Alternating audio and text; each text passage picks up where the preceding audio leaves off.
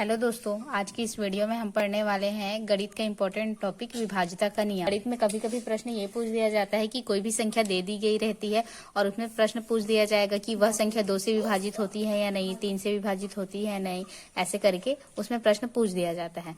तो आज हम उसके नियम को पढ़ने वाले हैं। जैसे कोई भी संख्या 2 से कब विभाजित होगी? जिस संख्या का इकाई अंक 0, 2, 4, 6, 8 में से कोई भी हो तो वो क्या होगी? 2 से विभाजित हो जाएगी। उदाहरण के रूप में हम 10 ले सकते हैं, 12, 100, 50 या जो भी संख्या रहेंगी जिसकी इकाई संख्या क्या होनी चाहिए? 0 होनी चाहिए, 2 होनी चाहिए, 4, 6, 8 कोई भी संख्या रहेगी तो वो 2 से विभाजित हो जाएगी। अब आते हैं 3 वाली संख्या के नियम।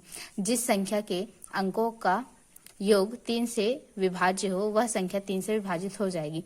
अर्थात वह संख्या कितनी भी दी गई रही हो वो क्या रहेगी? 3 से आपस में जब हम योग करेंगे उनका तो जो योग संख्या है वो 3 से विभाजित होनी चाहिए। जैसे हम यहाँ पे 42 संख्या दे दी गई है तो 42 में 4 और 2 को हम आपस में जब जोड़ेंगे तो होता है 6। 6 जो है 3 से विभाजित हो जाती है। इसी प्रकार 336 जब हम 3 + 3 + 6 को आपस में क्या करेंगे? ऐड करेंगे तो हो जाएगा 3 3 6, 6 दूनी 12। कितना आ जा रहा है इसका योग? 12। 12 संख्या जो है वो 3 से विभाजित होगी। हम 12 जो संख्या है उसको आपस में फिर जोड़ सकते हैं, 1 और 2, तो वो क्या हो जाएगी? 3 हो जाएगी। तो 3 संख्या 3 से तो विभाजित होती ही है। उसके बाद देखते हैं 414। 414 को जब हम आपस में जोड़ेंगे तो इसका योग होता है 4 धन 1 5, 5 धन 4 9। 9 जो संख्या है वो 3 से विभाजित हो जाएगी। तो संख्या 3 वाला नियम ये कहता है कि जो भी संख्या दी गई रहेगी उसका हम आपस में योग करेंगे और जो योग प्राप्त होगा वो क्या होनी चाहिए?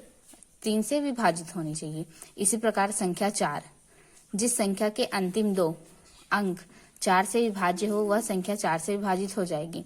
देखिए संख्या कितनी भी बड़ी दी गई रही हो, या 3 या फिर 2 ही अंक की क्यों ना रही हो, क्या होनी चाहिए? उसकी इकाई और दहाई संख्या जो है 4 से विभाजित होनी चाहिए। जैसे यहाँ दे दिया गया है 424, जो तो हमें केवल इकाई और दहाई देखनी है, हम 24 को ही देखेंगे। तो 24 जो है 4 से विभाजित होती है।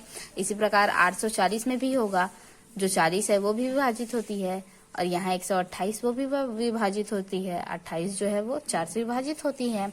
अब 5 का नियम कहता है कि जिस संख्या के इकाई अंक में 0 हो या 5 हो तो वो 5 से विभाजित हो जाएगी। उदाहरण हम 10 ले सकते हैं, 50, 100 या जो भी संख्या है। उसके बाद है संख्या 6।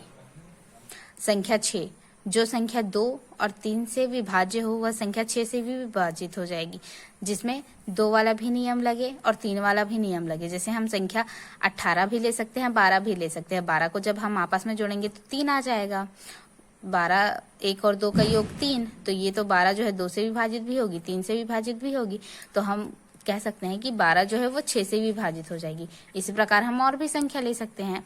7 का नियम कहता है जिस संख्या के दहाई अंक के इकाई अंक को जोड़ने पर प्राप्त संख्या 7 से विभाजित हो तो वह संख्या 7 से विभाजित हो सकती है। उदाहरण 49, 84 इत्यादि।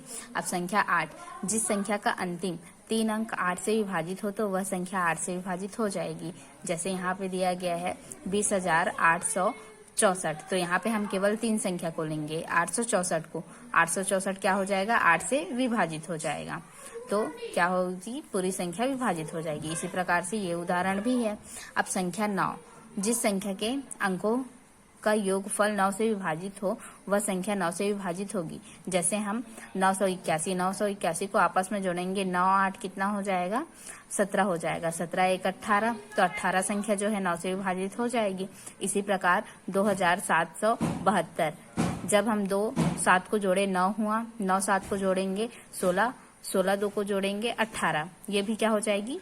9 से विभाजित हो जाएगी इसका योग। इसी प्रकार से ये सारे विभाजिता के नियम रहे जो कि कंपटीशन एग्जाम में पूछ दिया जाता है कि कोई भी संख्या दे दी जाए रहेगी और ये संख्या 3 से विभाजित होती है नहीं, 9 से विभाजित होती है या नहीं, इस प्रकार से प्रश्न पूछे जाते हैं। तो ये नियम हमें याद होने चाहिए जो कि हमें आगे चलकर बहुत ही मदद करेगी।